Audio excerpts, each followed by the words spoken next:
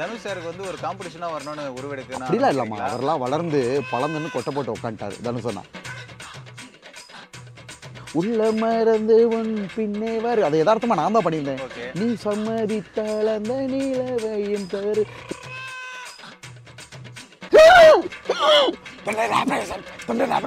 காசு கொடு.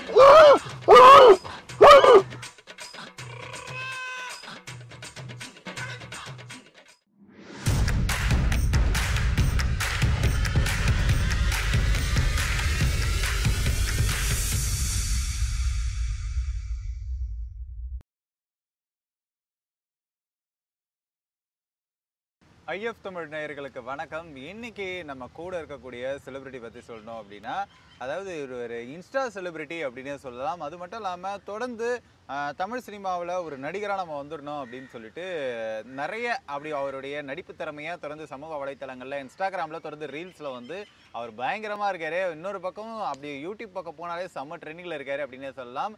அவர் யாரு அப்படின்றத அவர்கிட்டயே வந்து இப்போ ஒரு செகண்டில் பார்த்துருந்தீங்களா? வணக்கம். வணக்கம். எப்படி இருக்கீங்க? நல்லா இருக்குப்பா. டாக்டர் திவாகர். நீங்க டாக்டரா இல்ல ஆக்டரா? ரெண்டுமே தான்மா. எப்படி போயிட்டு இருக்கு உங்களுக்கு? நல்லா போய்கிட்டு இருக்குப்பா. Okay okay. ஆக்சுவலாக இப்போ உங்களுடைய டாக்டர் வந்து பயணம் வந்து எப்போ ஆரம்பிச்சிங்க?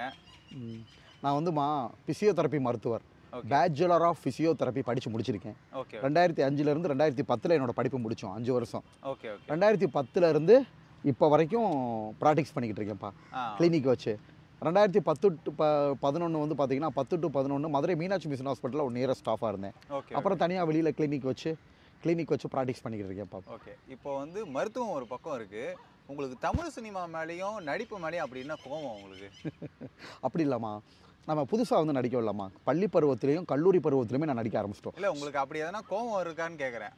அது தமிழ் சினிமா மேலே ஒரு கோவத்தில் தான் வந்து நடிக்க வந்திருக்கீங்களா? நடிப்பு மேலே அப்படின்னா கோவம் உங்களுக்கு? ஏன் நடிப்பு? கோவம் இல்லாமா, ஒரு பற்று தான். இப்போ பள்ளி பருவத்திலேயே ஸ்கூலில் படிக்கிறப்பப்பா நிறைய ஆக்டிங்லாம் பண்ணி பண்ணி பண்ணி நிறைய பரிசுகளை குமிச்சிருக்கோம். ஓகே. நான் படித்த ஸ்கூல் வந்து மதுரையில் saint Mary's higher secondary school. Okay. அதெல்லாம் வந்து ஜாம்பவான்கள் இருக்கிற இடம். படிப்புலேயும் சரி, எக்ஸ்ட்ரா கரிக்குலர் ஆக்டிவிட்டீஸ்லையும் சரி. ஓகே. திறமைகள் வந்து பார்த்திங்கன்னா அப்போவேப்பா நானே கதை எழுதி எல்லாரையும் நடிக்க வச்சு நாடக போட்டியில் ஃபஸ்ட்டு ப்ரைஸ் வாங்கி. ஆமாம் ஆமாம். ஓகே. நீங்கள் வந்து என்ன ஒரு விஷயம், எந்த படம் வந்து ஏதாவது படத்தோட சீனை பார்த்துட்டு ஃபஸ்ட்டு நடிக்க ட்ரை பண்ணீங்க? எந்த படத்தை பார்த்து ட்ரை பண்ணீங்க? அப்படி ஆக்சுவலாமா ஸ்கூல் படிக்கிறப்ப காலேஜில் படிக்கிறப்ப பட சீன்ஸ்லாம் நடிக்கிறதில்ல, நானாக கதை எழுதி நானாக சீன்ஸ்லாம் கிரியேட் பண்ணிக்கிட்டு இருந்தேன். இன்ஸ்டாகிராமில் தான் படத்தோட சீன்ஸுக்கு ரீக்ரியேட் பண்ண ஆரம்பிச்சது. அந்த ஒரு விஷயம் வந்துட்டு பண்ண ஆரம்பிச்சது. சரி, இன்னொரு விஷயம் என்னென்னா, இப்போ தொடர்ந்து பார்க்க முடியுது, நீங்கள் எல்லா நடிகர்களுடைய வசனத்தையும் இருக்கட்டும், அவங்களுடைய ஆக்டிங்காக இருக்கட்டும் தொடர்ந்து பண்ணுறீங்க. அதாவது நீங்கள் வந்து சொல்கிறீங்க 3 படம் சீனு நான் பார்த்து ரொம்ப இம்ப்ரெஸ் ஆனேன் அப்படின்னு சொல்லிட்டு. அந்த படம் சீன் வந்து எப்படி இம்ப்ரெஸ் ஆனீங்க, எப்படி பண்ணீங்க? அப்படியே எங்களுக்கு ஒரு சீனை வந்து பண்ணி காட்டுங்க பார்க்கலாம். இப்போ ரொம்பலாம் அதுக்கு ட்ரை பண்ணலாமா, வாக்கிங் போகிறப்போ ஃபோனில் பார்ப்பேன், அந்த சீனை பார்த்தேன். ஓகே. அதை ஏன் ஸ்டைலில் நடிக்கிறேன்.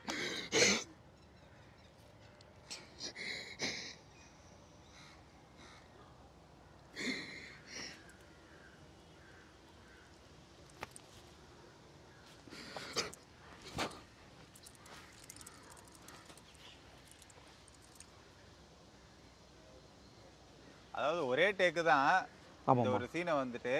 நீங்கள் வந்து சொன்னீங்க சமீபத்தில் தனுஷ் சாரே வந்துட்டு 2-3 டேக்லாம் நிறைய டேக் போனதா சொன்னாங்க, நான் ஒரே டேக் ஆர்டிஸ்ட் தான் அப்படின்னு சொல்லிட்டு. அது என்ன காரணம்?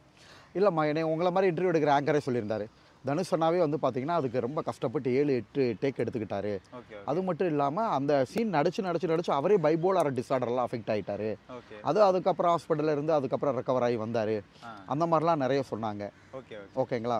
அதே மாதிரி இப்போ நான் வந்து பேசிக்காக ஸ்கூல் லைஃப்லேருந்து பெரிய ஆக்டர்மா, ஸ்கூல்லேருந்தே நிறைய பெர்ஃபார்ம் பண்ண ஆரம்பிச்சிட்டோம், நிறைய கைதட்டல்களை வாங்கிட்டோம், பெரிய பெரிய லெவலில் பாராட்டுகளை வாங்கிட்டோம். அப்போ எனக்கு நடிக்கிறது ரொம்ப ஈஸி இல்லையா? ஓகே. ஸோ அது வந்து என்னென்னா, உடம்பு ரத்தம் சதை இதிலெல்லாம் நடிப்பு வெறி ஊறி போன ஒரு நாள் தான் இப்படி ஊறி போயிருக்காது. கண்டிப்பாமா. இல்லை நான் கேட்குறேன், நடிப்பு வெறி வந்து சின்ன வயசுலேருந்து உடம்புல ஊறி இருக்கு. சிவாஜி கணேசன் சார் கூட வந்து உங்களை நிறையவே கம்பேர் பண்ணி நீங்க சொல்றீங்க நிறைய இடங்கள்ல அது நான் சொன்னது இல்லம்மா, பொதுமக்கள்கிட்ட இருந்து வந்தது. என்ன சொல்றாங்க? இப்படி தான் சிவாஜியோட ஃபயர் கண்ணில் தெரியுது. சிவாஜி கணேசன் மாதிரி நல்லா நடிக்கிறாரு, நல்லா பண்றாரு, இவரோட ஆக்டிங்லாம் நல்லா இருக்கு. எந்த விஷயம் பார்த்து மக்கள் சொல்லியிருப்பாங்கன்னு நினைக்கிறீங்க நீங்க? சிவாஜி கணேசன் மாதிரி இவர் பண்றாரு, அது ஒரு ஃபயர் தெரியுது, எதை வச்சு சொல்லியிருப்பாங்கன்னு நினைக்கிறீங்க? நிறைய ஆக்டிங் சீன்ஸ் வச்சு தான் சொன்னாங்கம்மா. இப்போ ஒன்றும் இல்லை, அந்த 3 ஃபிலிமில் பண்ணேன்ல, அது பண்ணுறதுலாம் ரொம்ப கஷ்டமா. ஸோ அதோட பவர் ஆக்டிங் பண்ணுறது அது எவ்வளோ ஆக்டர்ஸ்க்கே தெரியும். அந்த சீன் நடிக்கிறது அவ்வளோ ஈஸியான விஷயம் கிடையாது, ரொம்ப டஃப்புமா. டஃப்பான விஷயத்தை இவ்வளோ சீக்கிரம் பண்ணிட்டு போகிறானே அப்படின்ட்டு. அதே மாதிரி அந்நியனுமே விக்ரம் சாரே எத்தனை டேக் எடுத்துக்கிட்டாரோ, இதெல்லாம் பொதுமக்கள் சொன்னது. எனக்கு நான் மருத்துவராக இருக்கனாலப்பா எனக்கு ரொம்பலாம் சினி ஃபீல்டை பற்றிலாம் தெரியாது. நடிக்க தெரியும் நல்லா, யார் எத்தனை டேக் எடுப்பாங்க அந்த விஷயங்கள்லாம் இப்போ நான் புதுசாக தான் கேள்விப்படுறேன். டேரக்டர் பேர் தெரியாது, ப்ரொடியூசர் பேர் தெரியாது, ரொம்பலாம் சினி ஃபீல்டுக்குள்ளே மூழ்க மாட்டேன். ஓகேங்களா? ஸோ இதெல்லாம் பொதுமக்கள்கிட்ட இருந்து வந்து தான். அவரே எவ்வளோ கஷ்டம். எந்த ஒரு பெரிய படத்தில் விட்டால் கூட உங்களால் ஒரு மாசான ஒரு ஆக்டிங்கை கொடுக்க முடியும். கண்டிப்பாம்மா. இப்போ அதுக்கு இன்னொன்று நீங்கள் கேட்டிங்களாம்மா, எப்படி உங்களுக்கு சிவாஜி கணேசனோட கம்பேர் பண்ணுறாங்கன்னு. அந்நியன் சீன் இருக்குல்ல, பெருமாள் சத்தியம் பண்ணதே நான் தான். இந்த அந்நியன் சீன் இருக்குல்ல, அதுக்கு நிறைய பேர் சொன்னாங்க அது அப்படியே நேச்சுரலாக இருக்குது ஆக்டிங்கு, ரொம்ப டஃப்பான சீன், ஈஸியாக நடிச்சு முடிச்சு வெளியில் வந்துட்டார் பாரு. உங்களுக்கு அந்த ஒரு விஷயம் வந்து அந்நியன் படத்தை பார்த்து பயங்கரமாக இன்ஸ்பயர் ஆகினீங்களா நீங்கள்? அப்படிலாம் இல்லைம்மா, சீன் பண்ணணுமே பண்ணேன். உண்மையை சொல்லியாமா, நான் வந்து பண்ணுறது எல்லாமே மக்களுக்கு என்ன டேஸ்ட்டு பிடிக்கும், எதை பண்ணால் கிளிக் ஆகுன்றதுலாம் நம்மளுக்கு நல்லா தெரியும். ஸோ செலக்டடாக தான் ஒரு சாங்ஸ் பண்ணாலும் சரி, நல்லா ஹிட்டான சாங்ஸ் தான் பண்ணுவேன், மக்களுக்கு பிடிக்கிற மாதிரி. எனக்கு மேக்ஸிமம் பிடிக்கிறது என்னோட டேஸ்ட் எல்லாமே பொதுமக்களுக்கு பிடிக்கும். அந்த ஒரு விஷயம் வந்து நீங்கள் தொடர்ந்து பண்ணுறீங்க. இப்போ இன்னொன்று என்னென்னா, நீங்கள் தொடர்ந்து உங்களுக்கு சினிமா வாய்ப்புகள் ஏதாவது வந்திருந்ததா? ஏதாவது படங்கள்லாம் நடிக்க? கண்டிப்பாக நிறைய வருது. ஆல்ரெடி ஒரு படம் கமிட் ஆகி பூஜை போட்டாங்கப்பா. அதில் என்ன ப்ராப்ளம் அப்படின்னு பார்த்தீங்கன்னா, டைரக்டருக்கு ப்ரொடியூசர் இருந்து படம் வரலையா. அப்புறம் இன்னொரு விஷயம், உங்களை மாதிரி ஆங்கர்ஸ் நிறைய நண்பர்கள் எனக்கு சொன்ன விஷயம் என்ன அப்படின்னு பார்த்தீங்கன்னா, அன்னை நிறைய உப்மா கம்பெனின்னு இருப்பாங்க. நான் பொதுவாக சொல்ல வரேன், அதாவது நிறைய படம் எடுக்கிறேன், நீங்கள் வாங்க போங்கன்னு கூப்பிடுவாங்க, அந்த படம்லாம் தேட்டரில் ரிலீஸ் ஆகாது. ஸோ நீங்கள் கவனமாக இருங்க, முக்கியமான ஆப்பர்ச்சுனிட்டி வந்தால் மட்டும் போங்கன்னாங்க. எனக்கு அது நியாயமாக தெரிஞ்சு, நான் ஆல்ரெடி பிசியோதெரபி மருத்துவராக இருக்கேன்ப்பா, என்னோட ப்ராக்டிக்ஸை நான் ஒழுங்காக பண்ணாலே போதும். நல்ல வாய்ப்பு வந்துச்சு, நல்ல ஒரு டைரக்டர், தேட்டரில் படம் ரிலீஸ் ஆகுதுன்னா நான் போகலாம். சும்மா அந்த தேவையில்லாத இடங்களில் போய் என்னோட டைமை வேஸ்ட் பண்ண விரும்பலை. பட் நல்ல ஆப்பர்ச்சுனிட்டி வந்துக்கிட்டு இருக்கு. அந்த மாதிரி வர்றப்ப அவங்க அந்த பட வாய்ப்பு கொடுக்குறவங்க இது வெளியில் லீக் அவுட் ஆகக்கூடாது, சீக்கிரட்டாக வச்சுக்கோங்கன்னு சொல்லிட்டாங்க. கண்டிப்பாக கூடிய வரைவில் நீங்கள் பிக் ஸ்க்ரீனில் நல்லா கேரக்டர்லேயே பார்ப்பீங்க. ஓகே, இன்னொன்று என்னென்னா, நீங்கள் வந்து சமீபத்தில் இன்னொரு விஷயம் வந்து, அதாவது ஒரு மிகப்பெரிய இயக்குனர், அதாவது தமிழ் சினிமாவில் ஒரு முக்கியமான இயக்குனர் உங்களை அணுகுனதாகவும், நீங்கள் அந்த நேரத்தில் போக முடியல அப்படின்னு சொல்லியிருந்தீங்க. அது என்ன விஷயம் அது? ஆமாம்மா, கார்த்திக் சுப்பராஜ் சார் அப்போ இவ்வளோ ஃபேமஸ் இல்லாமா, கிட்டத்தட்ட அவர் ஒரு 6-7 மாதத்துக்கு முன்னாடி கூப்பிட்டுருந்தாரு. அதுதாம்மா, அப்போ அவங்க இந்த மண்டே கால் பண்ணுறாங்க, நெக்ஸ்ட் மண்டே வாங்கன்னு சொல்கிறாங்க. இடையில வந்து ஒரு ரிமெம்பர் கால் பண்ணல, அதனால் அந்த சான்ஸ் மிஸ் ஆயிடுச்சு. சரி, அது இருக்கட்டுமா. அப்போ எல்லா பெரிய பெரிய திரையுலகமே என்னை தான் திரும்பி பார்த்துட்டு இருக்குமா. உங்களுக்கு தெரியாததில்ல, எல்லாரோட கண்ணுமே நம்ம மேலே தான் இருக்குது. இப்போ தமிழ் சினிமாவே உங்களை தான் பார்த்துக்கிட்டு. கண்டிப்பாக தமிழ் சினிமா மட்டும் இல்லைம்மா, மற்ற ஸ்டேட்டில் உள்ளவங்களுமே பார்த்துக்கிட்டு இருக்காங்க. இந்திய சினிமாவே உங்களை கண்டிப்பாம்மா. ஒன்றும் இல்லை, தர்பூசணி படம் பண்ணோம் இல்லையா.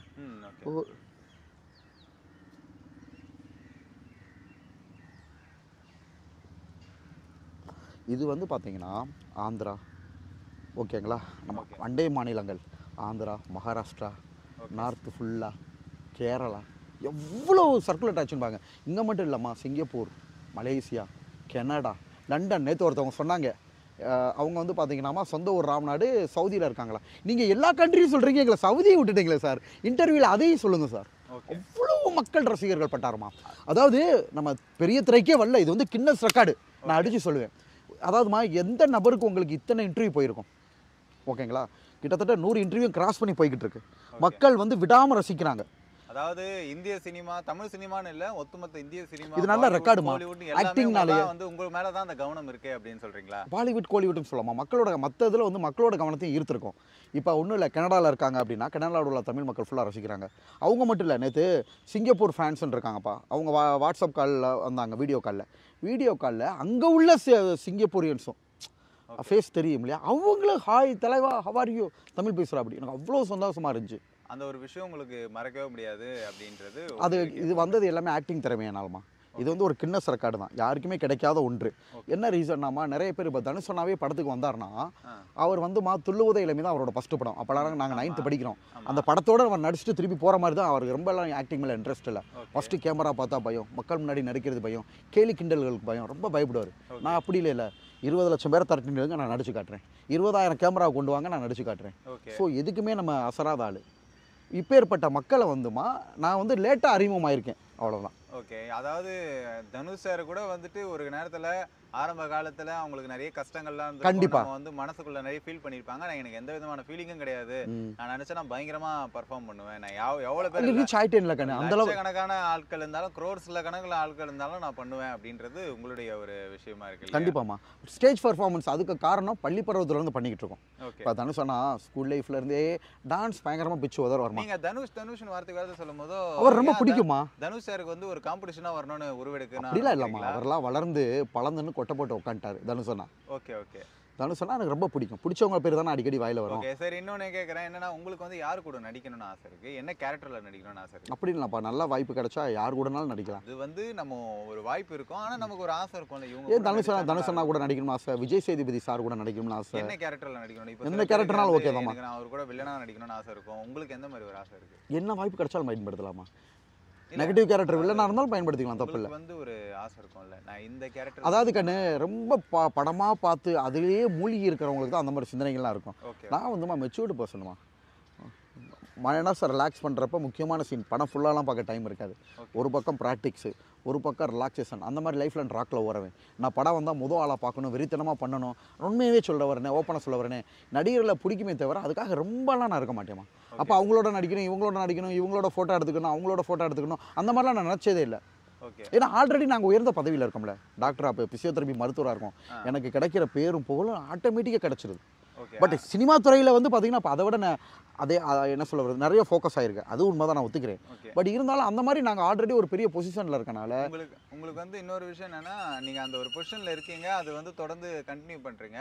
ஒரு ஹீரோ வந்து தனுஷ் சார் வந்து என்னோட இன்ஸ்பிரேஷன். ஒரு ஹீரோயினா வந்து பார்க்கும்போது யாரை பிடிச்சிருக்கு உங்களுக்கு? ஸ்ருதிஹாசன் அக்காவை ரொம்ப பிடிக்குமா.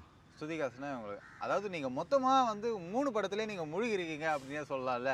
3 படம் சீனை சொல்கிறீங்க, தனுஷ் சாரை சொல்கிறீங்க, ஸ்ருதிஹாசனை சொல்கிறீங்க. இல்லைம்மா, ஒன்று காரணம் இருக்குது. ஸ்ருதிஹாசன் அக்கா எனக்கு பிடிக்கும் அப்படின்னு சொன்னதுக்கு காரணம், சிசி நைஸ் சிங்கர், ஸ்டேஜ் ஃபேரே இருக்காது, பெஸ்ட்டு டான்ஸர், பெஸ்ட்டு ஆக்ட்ரஸ், எல்லாத்துலேயுமே பயங்கரமாக பண்ணுவாங்க, ஒரு மல்டி டேலண்டட் பர்சன், அதனால் பிடிக்கும். ஓகே, அதனால் அந்த ஒரு விஷயம் உங்களுக்கு என்னோட பிடிக்கும். அதே மாதிரி நீங்கள் சமீபத்தில் பார்க்க முடிஞ்சது 3 படத்தில் இதயம் ஒரு ஓரம் பாட்டுக்கு வந்து ஸ்ருதிஹாசன் நடந்து போகிற மாதிரி போட்டு நீங்கள் பின்னாடி ஆடிக்கிட்டே போகிறீங்க. இதெல்லாம் வந்துட்டு எப்படி? அதாவது நான் பண்ணலாமா, அதெல்லாம் வந்து ஃப்ரான்ஸ் ஃபேன்ஸ் எடிட் பண்ணது. ஃப்ரான்ஸ் வந்து எடிட் பண்ணிருக்காங்க, ஃப்ரான்ஸில் உள்ள நம்ம தமிழர்கள் அவங்க எடிட் பண்ணது, நான் தனியாக தான் பண்ணியிருந்தேன். உள்ள மறந்து உன் பின்னே வரு, அதை யதார்த்தமாக நான் தான் பண்ணியிருந்தேன். நீ சம்மதித்தால் அந்த நிலவையும் தரு ஓ பெண்ணே என் கண்ணே செந்தேனேன்னு சொல்லிட்டு நான் யதார்த்தமாக பண்ணது. ஒரு இளநீ சாப்பிட்ருப்பேம்மா, இளநீ சாப்பிட்டுட்டு அதுக்கு வந்து அப்படின்னு சொல்லிட்டு நான் யதார்த்தமாக ஒரு சீன் பண்ணியிருந்தேன்.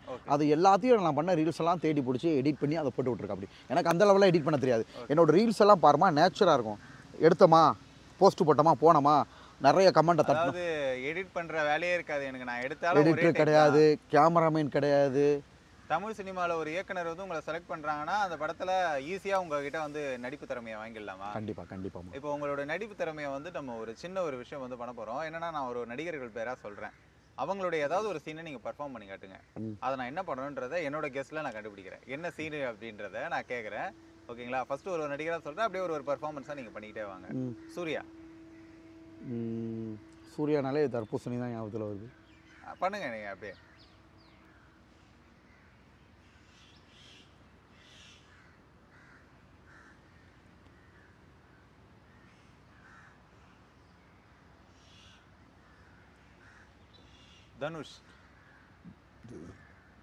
தனுஷ் அண்ணா வந்து நிறைய படத்தில் பண்ணியிருக்காரு. சமீபத்தில் பண்ணிங்க தொண்டையில் ஆப்ரேஷன். ஆமாம், அதை பண்ணுங்க. தொண்டையில் ஆப்ரேஷன் காசு கொடு, தொண்டையில் ஆப்ரேஷன் காசு. ஓகே, விஜய் சாமி முன்னாடி மட்டும்தான் சத்தமாக பேசுவேன், சக்கடை முன்னாடி இல்லை, பயாமனில். தலை குமார். அது அவர்கிட்ட எனக்கு பிடிச்ச டைலாக்மா, என்னோட வாழ்க்கையில் ஒவ்வொரு நிமிஷமும் ஒவ்வொரு நொடியும் நானாக செதுக்குனது. அது வந்து தலையோட எக்ஸ்பிரஷன்லேயே சொல்லணும் அப்படின்னா அது அப்படி சொல்லல. இன்னொன்று வடிவேல் சாரோடைய டைலாக் ஏதாவது உங்களுக்கு?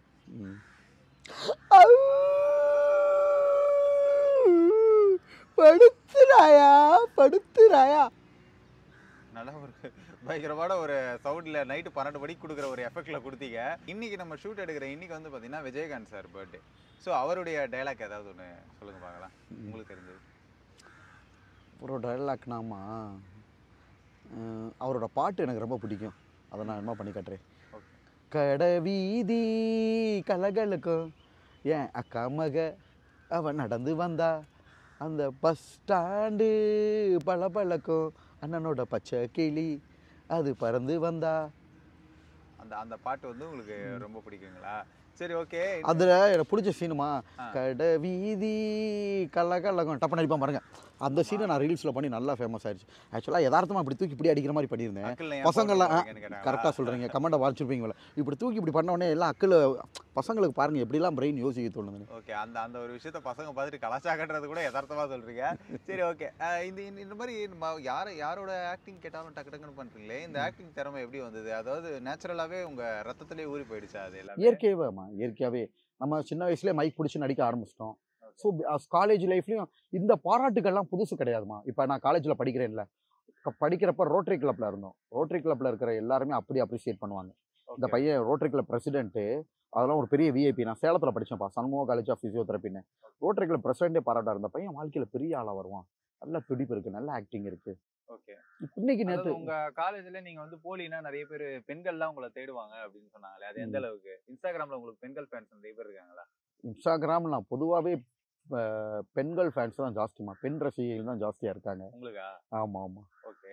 காலேஜ்லேயும் அப்படிதாம்மா. காலேஜில் அப்படி என்ன, நான் துருன்னு இருப்போம்ல, காலேஜில் போனோம் வந்தோம் உட்காந்தோம் எந்திரிச்சு வந்தோம் அப்படின்னு இருக்காது. நல்லா துருன்னு இருப்போம், நல்லா ஜாலியாக இருப்போம். ஏதாவது கிளாஸ் சார் பாடம் எடுத்துனாருன்னா அவரை கிண்டல் பண்ணி ஓட்டிக்கிட்டு இருப்போம். எங்களுக்குள்ள ஓட்டுவோம். லாஸ்ட் பெஞ்சில் உட்காந்து நல்லா கையிலேயே தாளம் போடுறது, மியூசிக் பண்ணுறது, பாட்டு படிக்கிறது, கிளாஸ்மேட் ஃப்ரெண்ட்ஸ் எல்லாம் இது பண்ணுறது. பெண்கள் உங்ககிட்ட இம்ப்ரெஸ் ஆகிட்டாங்களா? இம்ப்ரெஸ் மீன்ஸ் நல்லா ஜாலியாக போகுதுலம்மா. எல்லாரும் எந்த பெண்களாக இருந்தாலும் அதுதான் எதிர்பார்ப்பாங்க. காலேஜ்னா என்ன உம்முன்னு உட்காந்தோம் எந்திரிச்சு வந்தோம் அந்த மாதிரி இருந்தால் நல்லா இருக்காது. ஒரு நல்லா, அது எங்கள் டிபார்ட்மெண்ட் இல்லை. இப்போ நான் படித்தது பிபிடி, பேச்சுலர் ஆஃப் ஃபிசியோதெரப்பி. என்னோட சேம் பேட்சில் பிஎஸ்சி நர்சிங் இருக்குமா. ஸோ அதில் உள்ள பெண்களும் இப்போ நான் 2005 பேட்ச் என்ன சொல்லுவாங்க, எல்லாம் என்ன சொல்லுவாங்க, இப்போ பிஎஸ்சி நர்சிங் பொண்ணுங்களா சொல்லுவாங்க என் கிளாஸ்மேட்ஸில், பிபிடியில் திவாகர் ஒரு அவதாரம்.